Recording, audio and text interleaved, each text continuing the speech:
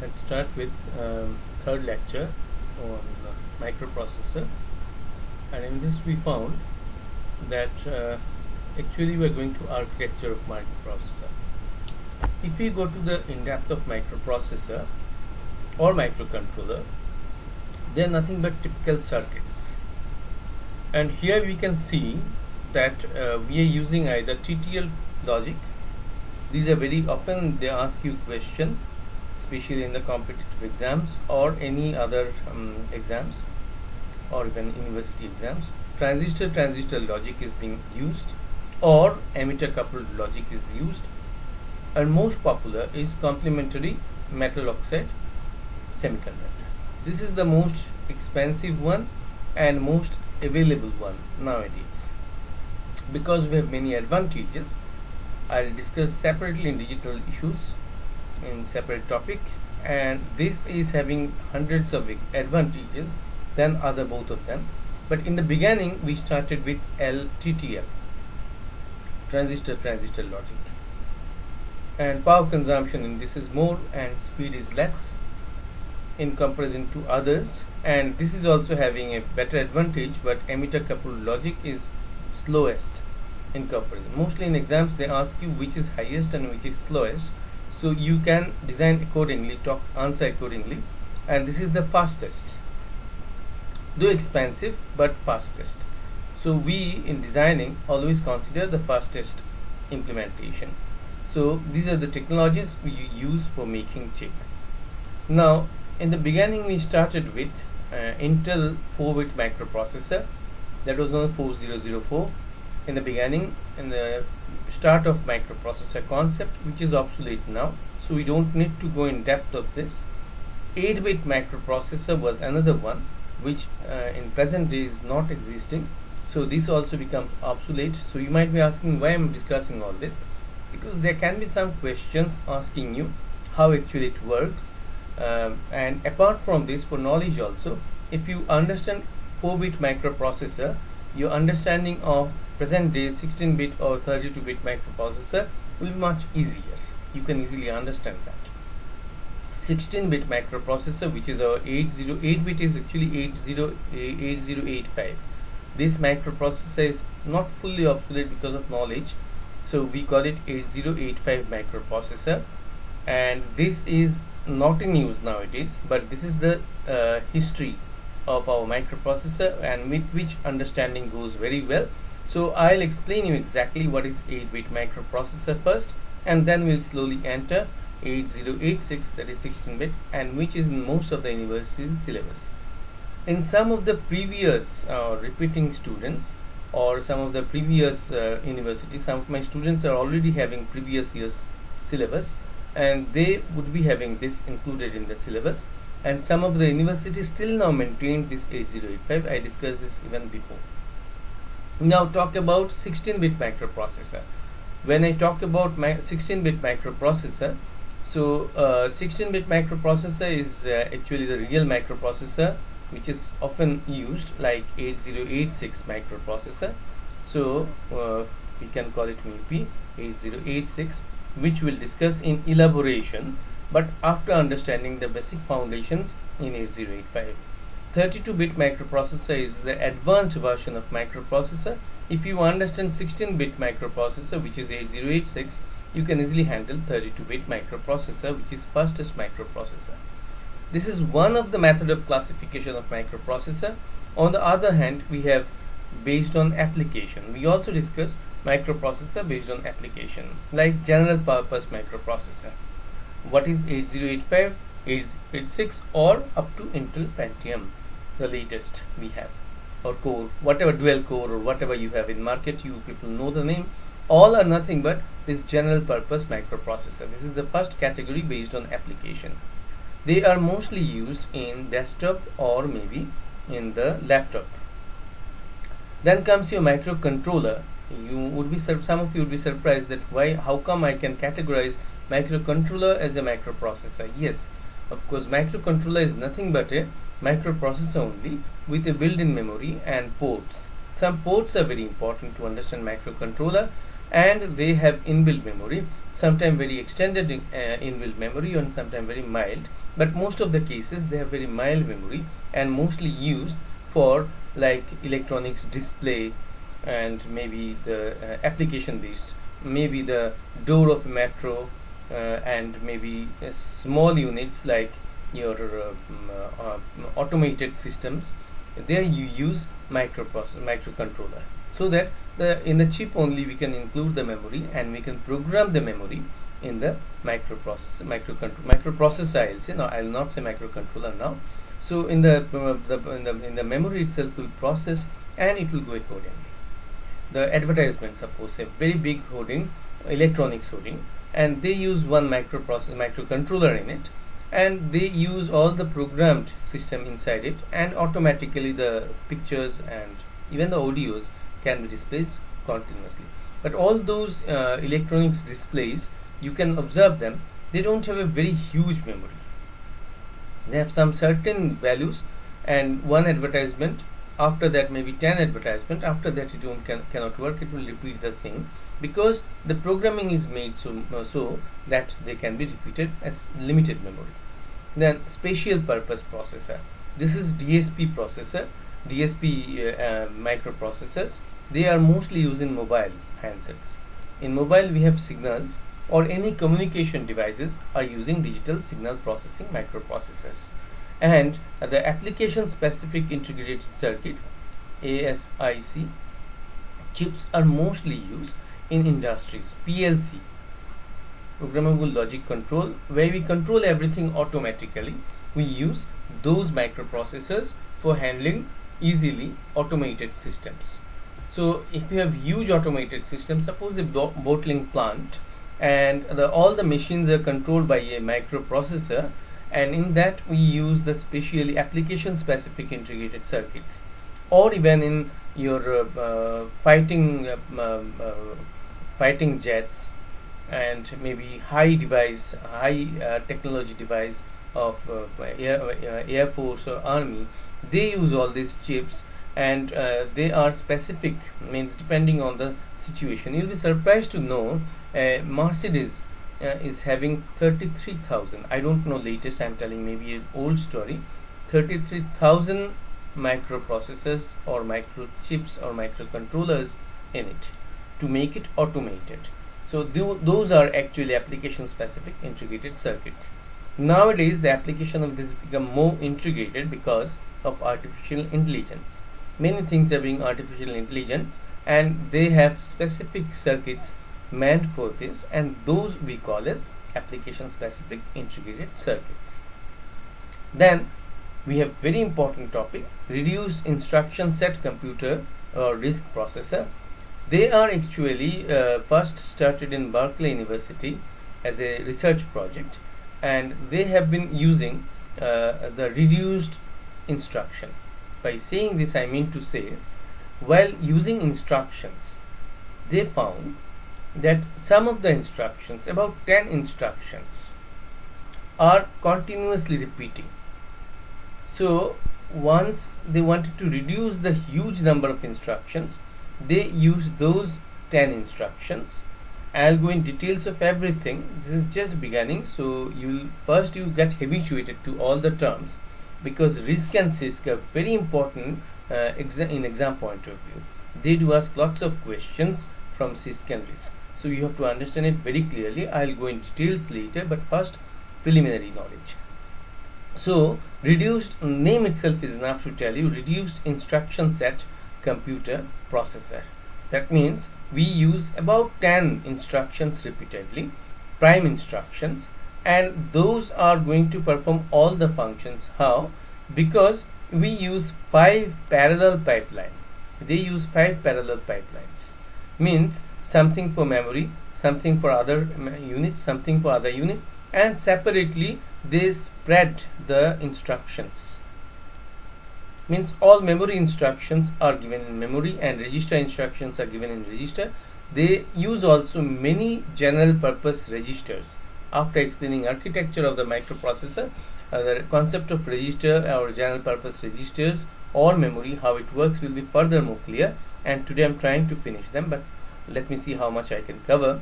I prepare more for the classes, and while taking the video it reduces because explanation becomes so wide, and I'll say wild also up to a certain extent. Then we call it parallel pipelining.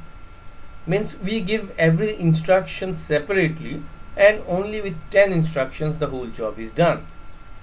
That is what the in brief reduced instruction set computer processors are. Now another is sounds almost opposite, complex instruction set computer. So if you talk about complex instruction set computer, you have computer processors, you have a altogether different story here. We use complex instruction set, or nowadays there is another one that is mostly not included in syllabus. We also say very large instruction word. We provide a very large instruction word that is going almost parallel with this. RISC and CISC is also compared with VLIW, very large instruction words. Means we give very large instruction words but not many. So complex instruction set computer set processor works almost in a similar way, that we give huge number of some instructions in such a way that they may be complex but they can perform various operations at the same time. Another quality of this type of processor, we have microchips in them, microelectronic circuits in them, and separately they help in the whole function. So that is what we actually work with, and CISC and RISC is one of the serious core topic we have to understand. But before understanding computer, I'd like to go to the pin diagram. So pin diagram has to be understood very clearly, because without that you will be in trouble. So let's talk about pin diagram. This is 8085 pin diagram. I can clearly mention this. Some of you might be still have doubt, because I have bitter experience of some of the teachers, inexperienced teachers, and some of the students who objected in some of my colleges that you should not teach 8085 because that is not in syllabus. But somehow students understood better than my colleagues, because when I said that without this you cannot understand fully the 8086, because this is basic. If you talk about evolution, if you don't understand how monkeys works, it will be tough for us to find out exactly how human being works, how our spinal cord got straight. So this is evolution of microprocessor, and this is a 40-pin IC. As I previously said, and I repeated always say, microprocessor is nothing but an electronic circuits. With a good management, we use some of the pins repeatedly for dual purpose, but all are done with a control. And in the bus diagram in the beginning, in the previous lecture you have seen, we have a control bus. With control bus we control the pins. So same pin works like sometime due to some reason, we'll go in details, it works like some pin, some purpose. Next moment, due to the control, it may work like something else. So some of the pins are not so important, not so serious for us. We can easily understand them very clearly, like VCC. This one, VCC, is nothing but power supply. All electronic circuits need some positive and ground. So this is nothing but our power supply to the IC. So there is nothing to use our brain for understanding this. So out of 40 pins, others you have to know one by one, but out of 40 pins, this VCC and VSS are gone. This is ground. VSS and VCC are ground and power supply. This is quite natural for any electrical circuit. We are bound to have some power supply and some ground. So we have no problem in these two. So out of 40 we have now 38 to be analyzed. Again, out of 38, this X1 and X2 are nothing but crystal. They are giving clock pulse. Clock pulse. Try to understand. Pin diagram is everything to understand microprocessor, and you have to understand very clearly each and every pin properly, and to understand the whole story of microprocessor in this. Now clock pulse generate with a words. This is very simple circuit, electronic circuit. With a clock pulse, this is my voltage time graph, suppose say. So I generally they produce some pulse, square wave we can say, or pulse with the clock pulse with quartz with uniform time. This side is time and this side is voltage. We have no complicacy in this, remember.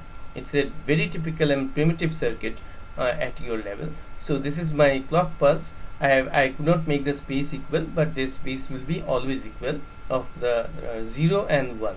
So it produces clock pulse in, that is the I'm showing you the voltage time graph of the clock pulse by a quartz. We generally connect a quartz here, a capacitor connected to the quartz. This is a quartz, and they will produce the pulses.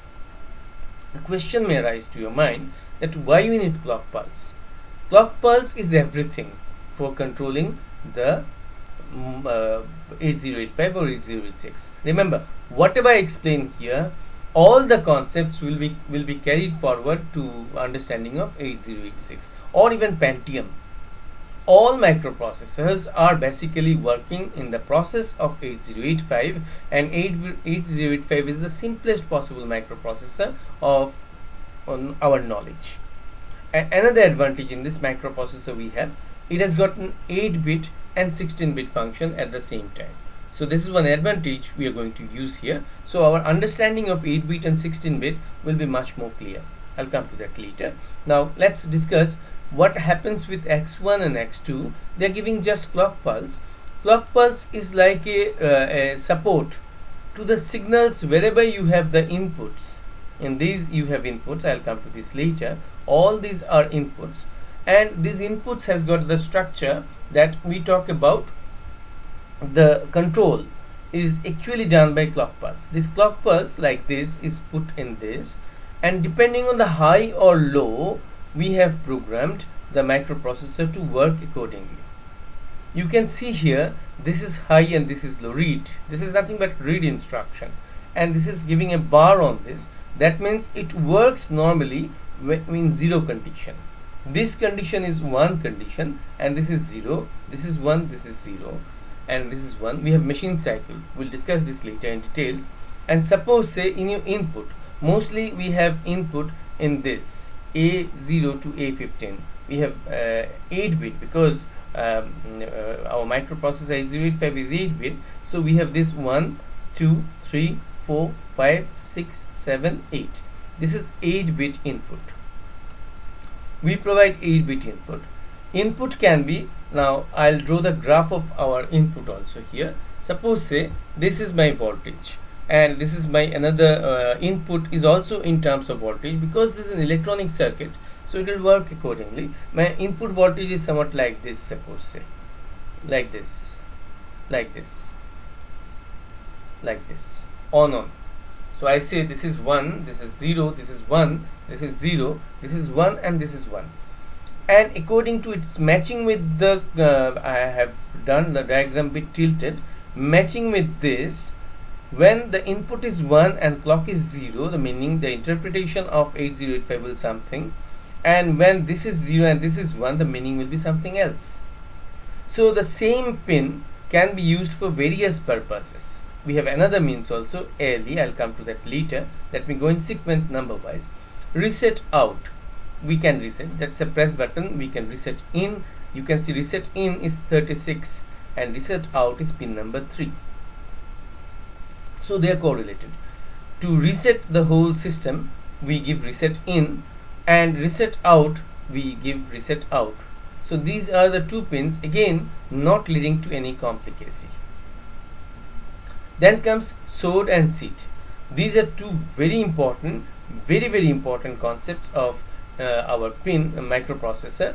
We talk about SOD and SEED in details when I talk about the pin diagram, but without this nothing will work. No, see, this is one of the very important pin, this is one of very important pin, and ALE is another very important pin. All are important, but this is very important pin. So we'll discuss together SEED and SOD. Fine. Now I talk about the interrupt. These all are interrupt actually. These all are interrupt. These all are interrupt. We call them interrupt.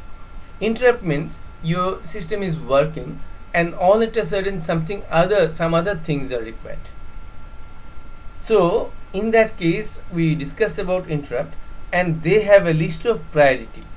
This interrupt has got enjoys highest priority, and in sequence we have different priorities. And we have interrupt undo is this. When to get rid of interrupt, so I included this also in interrupt. So we have different types of interrupts. Depending on the situation, the microprocessor will sense the interrupt. And in simple words, suppose say you are writing something on your microprocessor, and you want to play some music at the same time in your system, and you switch on the system. But the priority comes of saving. Suppose say your Word, you are writing in Word, MS Word, and you want to save that, and your system doesn't automatically ask you whether it has to be saved. Your condition is like that, and your music is also on. That's all it is sudden after some typing something, that instruction comes that whether you need to save it, where you have to press button to save it. In that case, the interrupt will work, and the music may stop for a while to ask you, to give you a position here, the table here, to ask you whether I need to save it. These are interrupts. And we also have highest interrupt, like sometimes we have power failure, and they ask you, or you you write something on the Word, and you with unmindfulness you cut that, and then they will ask you, before cutting they will ask you whether I am to save it or not. Those are interrupt. Means you just cut the word without saving it, and it is asking you whether to save it. There is nothing but interrupt. So one of these interrupt will act in this. We'll see each and every details. I am saying you this is repeatedly. We are going to pin diagram to get the preliminary introduction of microprocessor, and then I'll go in details of this pin diagrams, pin positions. Now here you can see bit speciality of microprocessor 8085. In 8086 we have all pins like this. We can see a chain here. These are actually AD, means address and data. We consider address and data together in this, and these are only A. You can see A0 to A15. That means only address. This gives only address. Remember. Now what is data and what is address? And this has to be very clear. It's like murgi pehle ya anda pehle, somewhat like this. If I want to make you understand architecture of microprocessor, and then pin diagram knowledge should be there, and if you want to know pin diagram knowledge, you have to have architecture knowledge. It's all the same, but that's why you have to handle it very carefully. Now in summary, I'll say we are managing actually electronic pulses, and first option for management is this clock pulse. This is a monitor, and here we give data. These are data actually. I want to give some instruction, and those instructions are written in mnemonics, in assembly language. I'll come to that later. So we write data in some assembly language, and we have these are data. Now address is connected to the memory. As we know, 8085 is a pure microprocessor, so there is no inbuilt memory in it.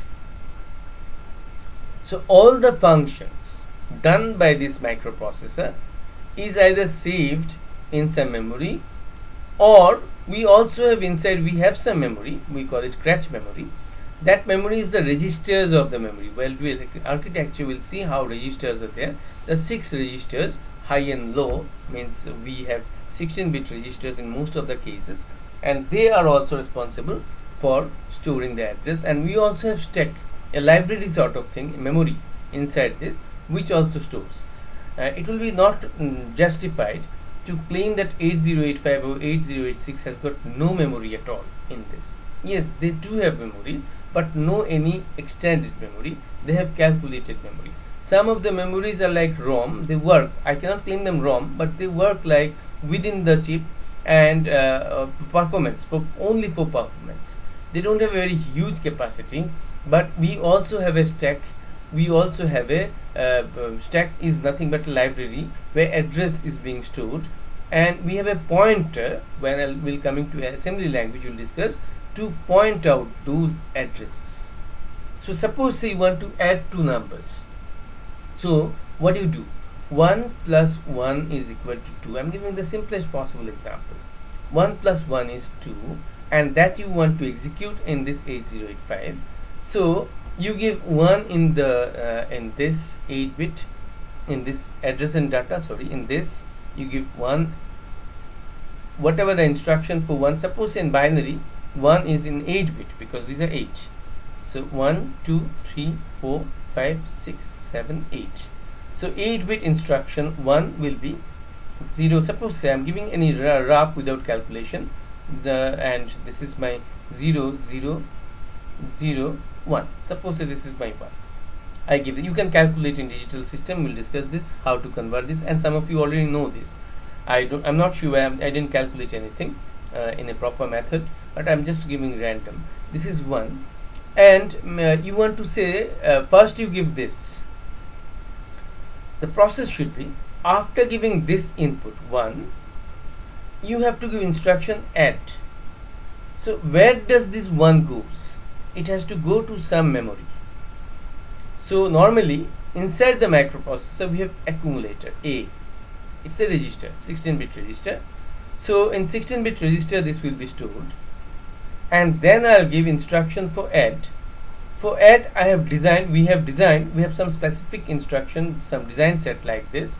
See this one, if I give, this will be 0 0 0 and 0, 4 zeros, then again 0 0 0, and last is 1. It is somewhat like this. So add instruction might be the one I showed here, like this. I'm not going to details now. Add instruction is given like this. So another add instruction will also go to accumulator, and then you give another 1. So again another 1 you are giving, and you ask it to execute. So in that case it starts working, calculating. ALU, arithmetic logic unit, will see details in architecture. ALU will function after getting the instruction in between what I have given, add instruction, and it will start adding up, and now result will be given. So we have here read and write. With instruction of read and write we can control them, and depending on the clock pulse they will give you output. See, we also have clock output, and these are also hold. I'll come to this later. These are hold and hold enable. So this ALE is another one where you give some instructions, some pulse like this. So ALE plus clock plus data or address, means instruction data or address, will give you the exact picture how it should work. So AL is actually the key latch, we call it latch enable, address latch enable. See, once we are giving these are instruction, we can give address also in this and data also in this. In this we can give only address, we cannot provide data in this. So these are my data, 1 plus 1 is my data, but where they should go, that should be also instructed immediately. First I give 1 and then I have to give address that where it should go. So when I write 1, maybe this address latch enable is given a signal 0, and when I give address where it should go, that time it should be 1. Suppose it depends, we have proper design how address latch enable should be, how hold and hold enable should be, everything we have proper design, and how clock should be during that time. So clock is a continuous business, there is no change in clock, we don't touch it. It gives a continuous pulse for reference. It's like a reeling in a staircase. We hold it and we go. Steps can be of different type, different designs. These are steps. Data, address and an address latch enable are the designs, and they can be controlled. Now address latch enable is going to give you some signal. So now these the same pin, these 8 pins are used for data address input. So address input won't go to the accumulator or the registers. If they go, they will be passing over for the address, and they will carry, like in control bus, they will carry this one to the memory, this data to the memory. Similarly add, now inside ALU, inside the computer CPU, this is my actually central processing unit including all other things. So what happens, it after adding up, it should go somewhere, suppose. Then once it is supposed to go somewhere else, some other memory, then you need to save it there also. So what we do, we use this address, only address. Suppose say we have very huge calculations, so in that case we use the addressed inputs just for address, and data and address input for address also and data also. So we use accordingly. Now we have this S0 and S1. I'll discuss everything in details. This is my memory, input, output and memory, and this is ready, and this is I already discussed reset in. So all these pins together makes our instruction work. But all the instructions we give in all not 0 1, we give in assembly language. When we give in assembly language, suppose say I give some example here. Suppose say I want to move this to accumulator. So what I'll say, move data, I'll say move data is my, we describe everything in hexa, remember. Here I am telling you in binary, but we have to say hexa. So 1 hexa, 1 each. This is 1 only. 1 will in hexa also is 1 to accumulator A. If I give this instruction, whatever I mentioned here is actually informed to the microprocessor. This is for my easiness. Microprocessor doesn't understand this language, assembly language. This move 1 each A will be understood by the microprocessor in this form, binary form. It will be converted to binary form, and the binary form will do function accordingly, and it will be saved somewhere. We have lots of instructions like this, and we call them instruction sets. We'll discuss everything in details, and then automatically if you want to recall the memory, then this should be on. See, input, output and memory. This will be making your story much more clear. This is set actually. Set 0, S0, S1. And you can see here, this is having a bar. Memory here is having a bar. Means input output, when input output is on, memory is off. When memory is on, input output will be off. Input output will be off. Means when data is reaching memory, there will be nothing given by the microprocessor in input, nothing in will be taken in input, nothing will be taken as output also, given as output also. Because memory is in function, so it will be going to memory only. But when memory is off, M bar, input output process is on, so it can make work. Similarly, read and write is also having a bar. So read and write works only in the ALE's 0 mode condition, inverse 0 condition. This is also we call inverse condition. So we have various functions, and each and all we have to, and most important is this S1 and S0. So actually microprocessor works in summary. If I go to pin diagram summary, I can see here it works, who are controlling actually microprocessor. If I go to the control system of the microprocessor, who are actually controlling microprocessor, first is our ALE. I'll give priority to ALE first. ALE is controlling microprocessor. Of course, clock I cannot omit. Clock is a continuous business, and ALE is a continuous business. This S1 and S0 set, these are also controlling, and serial output data and serial input data, SOD and SID, these are also using the whole system. That means pulse given to the clock, it's a continuous, we have nothing to do in it.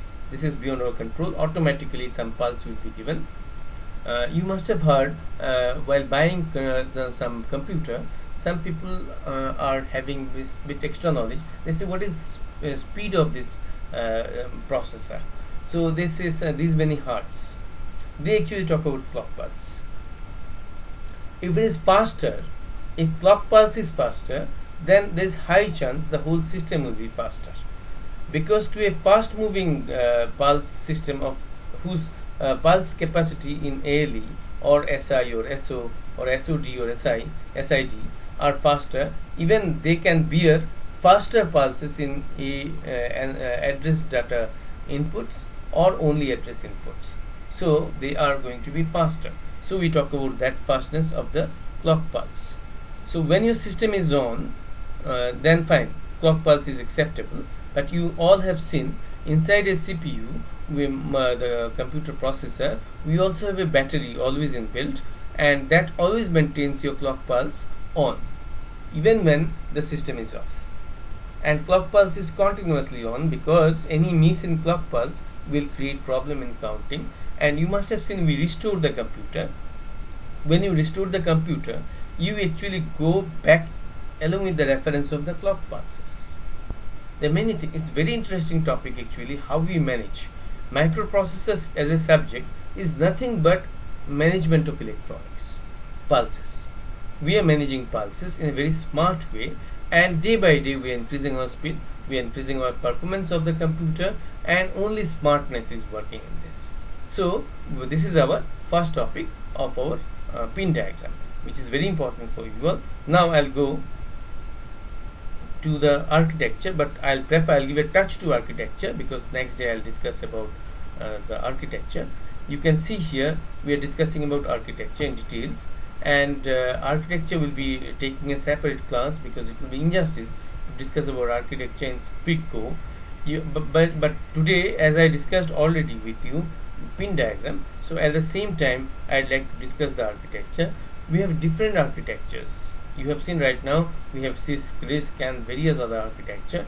Apart from this, we have also various other architectures, and very often in all universities they ask questions on various architectures. Here you can see this is internal story of a microprocessor. So I talked about ALU. This is my ALU. What I said there, that arithmetical calculation, if you say 1 plus 1, the calculation will be done in this ALU. This is also here in 8085 8-bit. So any calculation of 8-bit will be done. So by saying 8-bit, I mean to say 1, 2, 3, 4, 4-bit, 1, 2, 3, 4. This is my 8-bit. So any number with this, with 4-bit we get 2 to the power 4, and that is equal to 16. And with 8-bit, 2 to the power of 8, so that is going to be 250. How much? 256. Very magical number for us, and this is going to give you the capacity of your ALU. So obviously 8-bit ALU is not so efficient, because it can only have a storage capacity of 256. So you can easily calculate they cannot store much. Then you have accumulator. Here accumulator they are showing a 8-bit accumulator, and see the direction, two-way direction. Now all the pin diagrams are being shown here. This is nothing but interrupt control.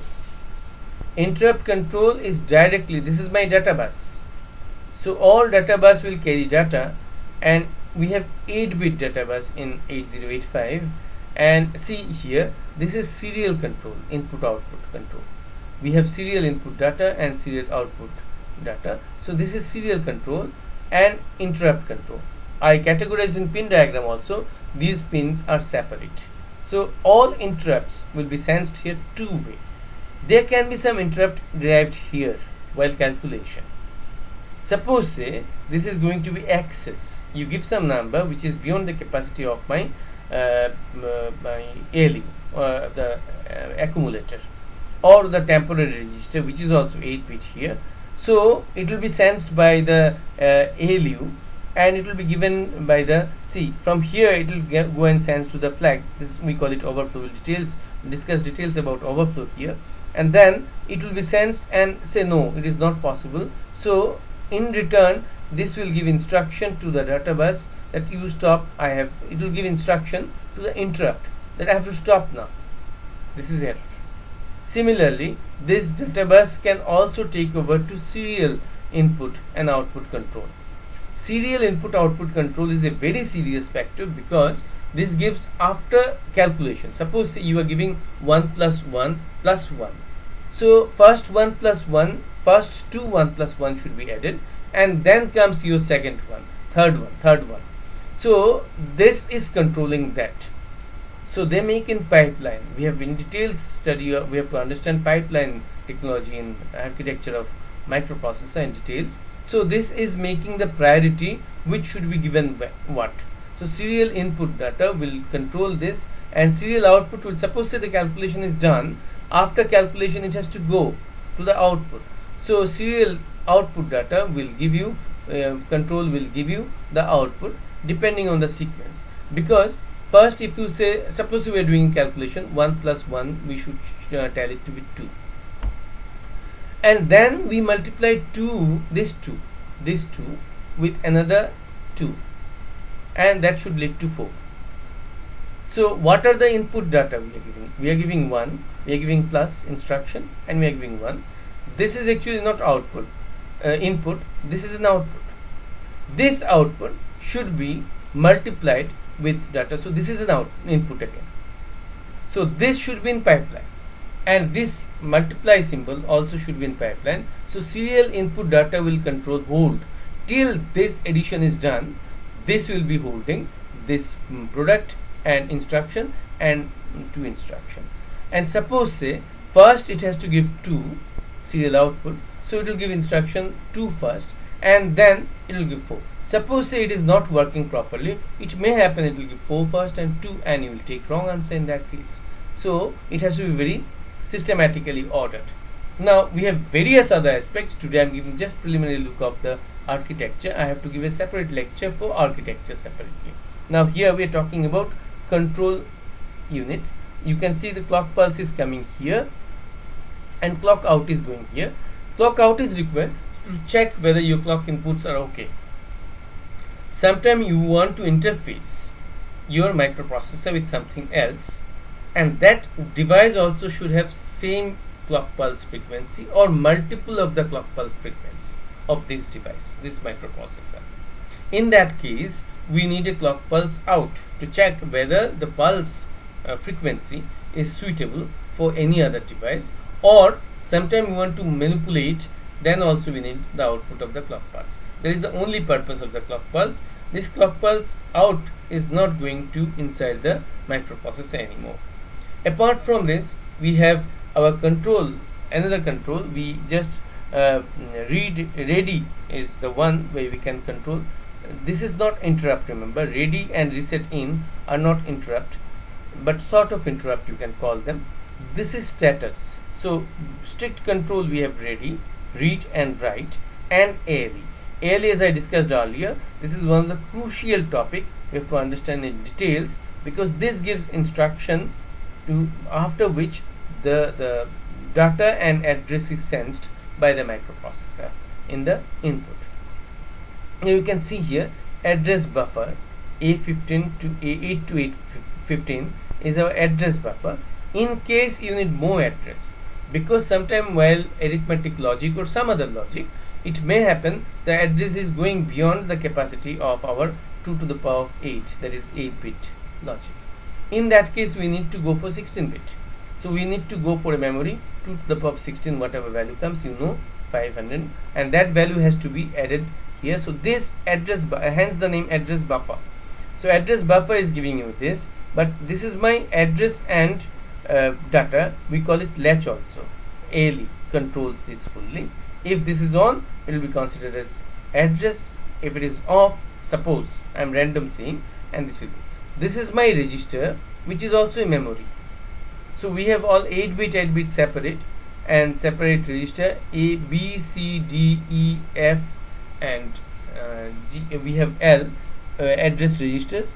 All are actually 16-bit, but divided into 2 divisions, 8-bit divisions. This is another very important thing, is 16-bit stack pointer. Here the line is demarked, so there's a line also in this. You can see there's a line in this. So let me draw a line here. This is a line. You can see here this is a line. there's a line, we have a clean instruction here. Stack pointer is 16-bit. This is 16-bit. 16-bit, and program counter is 16-bit. Program counter controls program, means along with ALE, clock, and serial input, serial output. Serial input, I mean, mostly output is for output, so it's not so important for us. And status, S1 and S0, along with status, ALE, and our clock. This program counter will count which program should be performed earlier. Here, as per instruction, we are calling that addition should be first and multiplication should be later with the result of this. All these are counted, recorded in program counter. So program counter counts, records what, these are memory actually, typical memory. So here these are counting, and stack pointer records the address, where actually address of the address. It's like catalog in a library. We'll go in details. I'm repeatedly saying this cannot be discussed in one go. They're very wide and very details.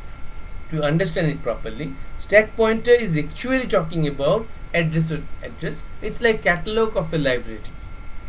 You ask librarian where is what book, he or she can easily instruct you. There in that shelf, that area you can get this. Stack pointer is working like that.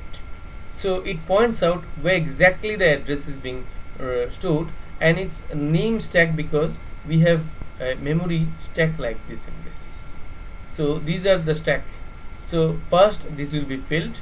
We have various logic for this: first in, first out, first in, last in, first out. All these logics are implemented here. You can imagine how lengthy that will be. It's not that easy. So this is one address, this is one address, and this is one address. Stack pointer counts whether this is number 1 or in number 2 or in number 3 or in number 4. Stack pointer itself is not carrying any address or anything, but it carries address of address.